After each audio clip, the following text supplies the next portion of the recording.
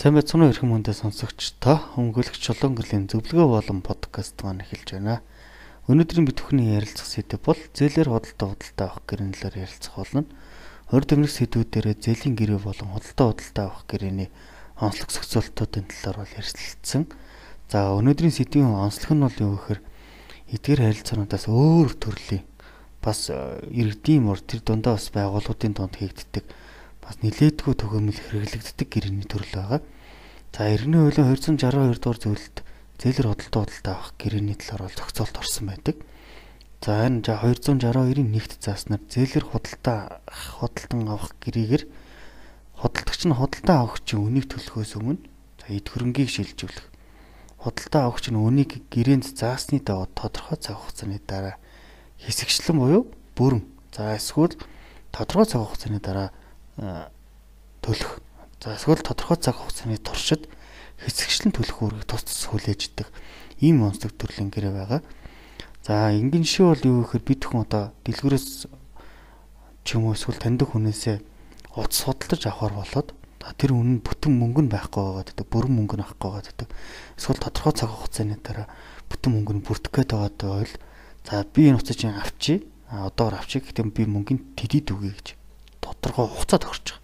За эсвэл тодорхой урьдчилгаа нөгөө хугацаа худалдаж авахдаа тодорхой урьдчилгаа төлбөр төлөөд үлдэгдэл мөнгөө тодорхой цаг хугацааны туршид за магадгүй сардаа тэдэн төгрөг ч юм уу тий сар болгонд тэдэн төгрөг төлөхөд 5 сарын дараа 6 сарын дараа төлбөр дуусгахыг гэдэг.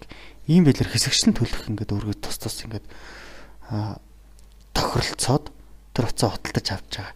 Энэ үйл явцыг бол одоо зээлэр худалдаа авах гэрээний тодорхой бас энгийн жишээ гэж ойлгочлохоор байна. За энэ гэрээг байгуулахад бол энэ төрлийн гэрээг байгуулахад бол анхааралтай зүйл бол бас байна.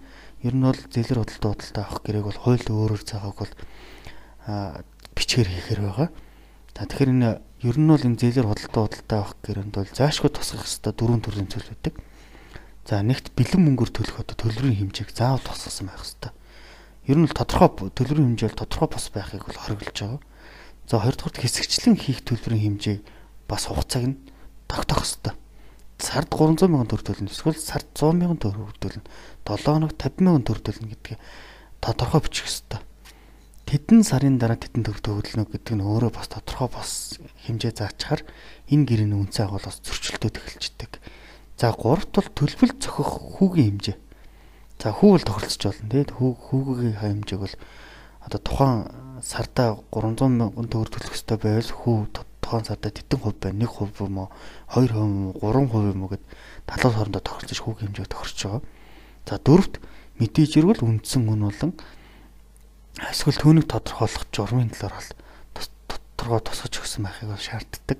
За эдгээр зүйлс нь ингээд тусгагдаагүй байх юм бол энэ журмаа зөрчиж гэрээ байгуулсан гэж үзнэ. Тэгэхээр эндээс шалтгаалаад нөгөө худалдаа авахч тал нь хүү төлөхгүй байх эрхтэй болж эхэлдэг. Тэгэхээр энд яг энэ нөхцөл шалтгаан дээр бол бас худалдагч талын хувьд бол анхааралтай зүйлийн нэг нь болж таарж байгаа.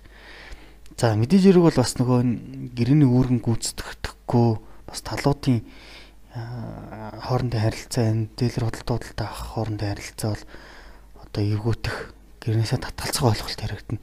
Тэгэхээр энэ тохиолдолд ямар хуулийн зохицуулт байдаг вэ гэхээр иргэний хуулийн 264 дүр зүйлд бол маш нарийн зохицуулалт өгсөн байдаг. 264-ийн нэгт заасаар зээлэр худалдан авах гэрээгээр хүлээсэн үүргээ худалдан авахч биелүүлээгүй одоо зохих ёсоор биелүүлээгүй бол худалдагч гэрээнээс татгалцах эрхтэй байдаг. За хуульд бол өөрөөр заагааг бол талууд гэрээгээр авсан бүх зүйлөө буцаан өгөх үүрэгтэй болж хувирдаг. Нэгсэнд бол би уцаа өгсөн. Гэтэ би уцаа өгөхдөө худалдаа авч байгаа тал манд би сар болгон 300 мянган төгрөг төлнө. Тэгээ 3 сарын дараа төлөлтөө дуусчихна. Гэтэл нөгөө 3 сар нь өнгөрчдөг. Эсвэл эхний сартаа мөнгөө өгөхгүй. Ингээд яваад бол мэдээж хэрэг худалдагч тал гэрнээсээ татгалцаад би уцаа эргүүлээд авъя гэдэг асуудал бол тавьж болно гэж. Эсвэл мэдээж хэрэгс тодорхой хэмжээний төлбөрийн төлцсөн байж идэг. Эхний сарынхаа өгсөн 2 3 дахь сарынхаа өгөөгүй байвал би уцаа эргүүлээд авъя. Мэдээж нэг өгсөн зарсан уцаа эргүүлээд авъя. Харин чи надад өгсөн мөнгө эргүүлээд ав гэж. За ийм зохицуултуудыг оруулж гисэн байдаг. Тэр дийлэнхтэй бол ер нь зээлэр худалдаа авах гэрээг бол иргэд хоорондоо голчлон гэдэг. Мөн дээрс нь компани хоорондоо ихэнх хэмжээний одоо хөдлөх хэд хөрөнгө шилжүүлэх тохиолдолдоо зээлэр худалдаа авах гэрээ хийж идэг. За иймэрхүү онцлог төрлийн гэрээ байна. За зээлэр худалдаа авах гэрээ болон түүнтэй холбоотой хор заавар зөвлөгөө авах, хуульцсан зөвлөгөө авах харвал доорх линк болон холбоо орох утасны дугаараар холбогдож зөвлөгөө авч болно. Анхаарал тавьсан та бүхэнд баярлалаа.